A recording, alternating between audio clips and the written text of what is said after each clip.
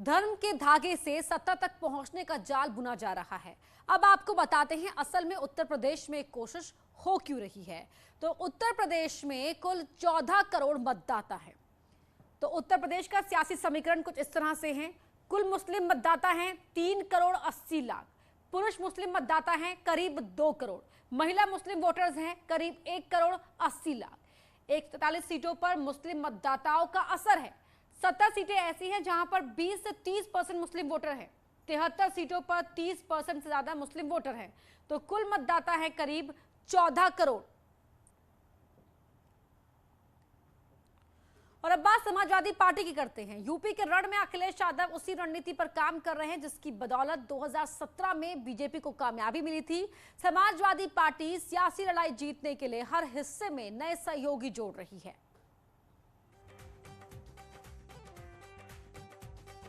अब के चुनाव में हमरे वोटन का ऐसा रेला हुई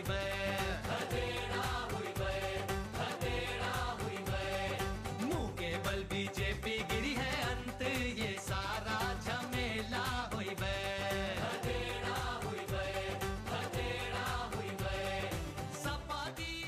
2017 में सत्ता से बेदखल हो चुके अखिलेश यादव क्या 2022 में सत्ता का स्वाद चख पाएंगे?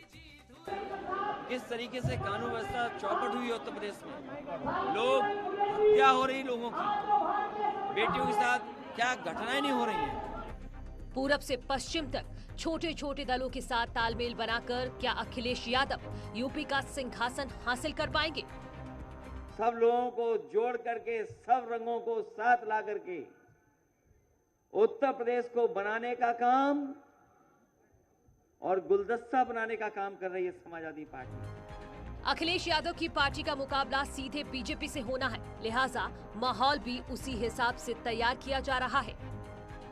आजादी के इतने सालों तक तो उत्तर प्रदेश को ताने सुनने के लिए मजबूर कर दिया गया था। कभी गरीबी के ताने, कभी जात पात की राजनीति के ताने, कभी हजारों करोड़ रुपयों के घोटालों के ताने, कभी खराब सड़कों के ताने, कभी उद्योगों के अभाव के ताने। बीजेपी ने जिस बिसात के सहारे 2017 में सत्ता पाई थी, अखिलेश भी अब उसी रास्ते पर चल रहे हैं, यानी गठबंधन के जरिए वो जीत हासिल करना चाहते हैं। पश्चिमी यूपी में अपना किला मजबूत करने के लिए अखिलेश ने जयंत चौधरी के साथ हाथ मिलाया है। 7 दिसंबर को एसपी और आरएलडी की साझा रैली होनी है, जिसमें गठबंधन का औपचारिक ऐलान भी कर दिया जाएगा। अब हमारा गठबंधन पूरा हो गया है, बहुत जल्दी गठबंधन पूरा हो जाएगा। ये बहुत जल्दी मेरठ में भी ऐतिहासिक रैली होगी जो ऐतिहासिक भारतीय जनता पार्टी की हार दिलाएगी। पश्चिमी यूपी में 60% मुसलमान और 20% जाट वोटर है, जिसे गोलबंद करने की कोशिश में अखिलेश यादव जुट गए हैं।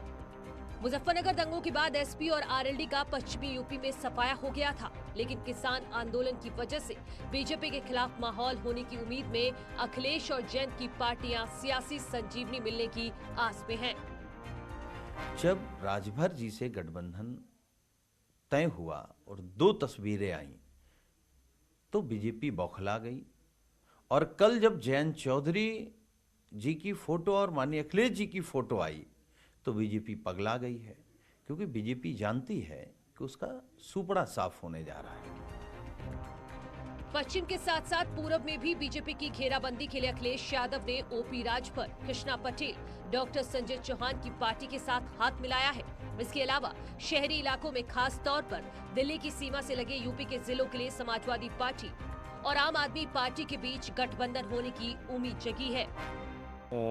इससे उत्तर प्रदेश को मुक्त कराना है और इसको लेके कॉमन एजेंडा पे रणनीतिक और राजनीतिक चर्चा हुई है। और सर, इस दौरान गठबंधन को लेकर क्या बात हुई कि जो आम आदमी पार्टी है और समाजवादी पार्टी के बीच गठबंधन कैसे रहेगा और कितनी सीटों पर बात हो रही है? देखिए, गठबंधन को लेके कोई अंतिम फैसला या बातचीत होगी तो निश्चित रूप से आपको उसके बारे में जानकारी देंगे।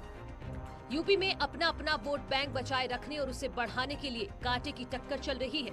इसीलिए अपने इलाकों में प्रभाव रखने वाले छोटे दलों की भूमिका काफी बड़ी हो गई है। यही वजह है कि अखिलेश यादव लगातार अपनी टीम बढ़ा रहे हैं। यही नारा आज का है कि नहीं चाहिए भाजपा।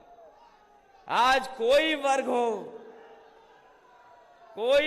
हो, आज हर वर्ग के लोग दुखी हैं। इतना अन्याय, इतने दुख तकलीफ किसी सरकार ने नहीं दी होगी, इतनी परेशानी किसी सरकार ने नहीं दी होगी जितना भारतीय जनता पार्टी की सरकार ने आम जनता को परेशानी और तकलीफ देने का काम किया है। सियासी ताकत में इजाफा करने की कोशिश अखिलेश यादव पहले भी कर चुके हैं। समाजवादी पार्टी 2017 में कांग्रेस और 2022 में बीएसपी के साथ मिलकर चुनाव लड़ी थी, लेकिन अनुभव दोनों का ही अच्छा नहीं रहा। इसीलिए नए दौर में नए समीकरणों के साथ कुछ नया होने की उम्मीद है। हमारी तो कोशिश थी, एक बार बड़ी कोशिश की थी कि विचारधारा एक आ जाए, एक हो जाए, और वो कोशिश नई नहीं थी। जिन्होंने इतिहास पढ़ा होगा वो जानते होंगे कि बाबा साहब भीमराव अम्बेडकर जी के साथ डॉक्टर राम मनोहर लोहिया भी साथ जुड़ करके काम करना चाहते थे। वो सपना पूरा नहीं हुआ। फिर हम लोगों ने एक बार कोशिश की, वो सपना पूरा नहीं हुआ, लेकिन हम लोगों ने उम्मीद नहीं छोड़ी है। 22 में वो सपना पूरा करने का काम हम सब लोग मिलकर के करेंगे। यूपी चुनाव में जनता का मूड भांपने की कवायद तमाम दल कर रहे हैं। वोट बैंक को मजहबी चश्मे से भी देखा जा रहा है। यही वजह है कि सत्ता तक पहुंचने के लिए हर तबके को साथ लाने की कोशिश अखिलेश यादव और उनकी पार्टी कर रही है।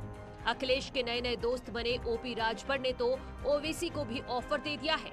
ये बात अलग है कि ओवैसी का मिजाज फिलहाल कुछ अलग है। हमारा प्रयास है कि जो लोग बीजेपी को हराना चाहते हैं वो 100 सीट न लड़के बल्कि 10 सीट लड़े और वो हम लोगों के साथ रहें। जो लोग सपना है कि 100 सीट हमको मिल जाए, 80 सीट मिल जाए, 50 सीट मिल जाए, तो अगर अखिलेश जी सबको सीटियाँ दे देंगे तो अखिलेश जी की पार्टी है वो क्या करेंगे। तो उनका भी कहना है कि भाई उतने सब लोग लड़ो, जितना आपके क्षमता है, जो आपके संगठन जितना है, जितना लोग आपके साथ हैं उतनी बात करो आप। तो लोग ज्यादा बात कर रहे हैं तो हमारा प्रयास हो रहा है, हम समझाने का प्रयास कर रहे हैं कि हमारा हाल तो ऐसा है कि योगी बोलते ये समाजवादी का एजेंट, अखिलेश बोलते ये बीजेपी का एजेंट, कांग्रेस बोलते ये बीजेपी की। तो एक बात तो मालूम हो गई कि पूरे उत्तर प्रदेश और पूरे भारत में अगर किसी को किसी से मोहब्बत है, यानी मैं लैला हूँ, ये लखनऊ की गद्दी तक पहुंचने के लिए अखिलेश यादव समूचे उत्तर प्रदेश में क्षेत्रीय और जातीय समीकरण साधने पर जोर दे रहे हैं। 2017 में इसी रणनीति के तहत अमित शाह ने बीजेपी को सत्ता तक पहुंचाया था, लेकिन क्या अब की बार अखिलेश यादव वैसा ही चमत्कार कर पाएंगे? ये सवाल सियासी फिजाओं में हर तरफ तैर रहा है। सत्ता पाने के लिए अखिलेश यादव पूरा जोर लगा रहे हैं। मौजूदा हालात के हिसाब से हर कोशिश की जा रही है जिसके जरिए जनता तक अपना संदेश पहुंचाया जा सके।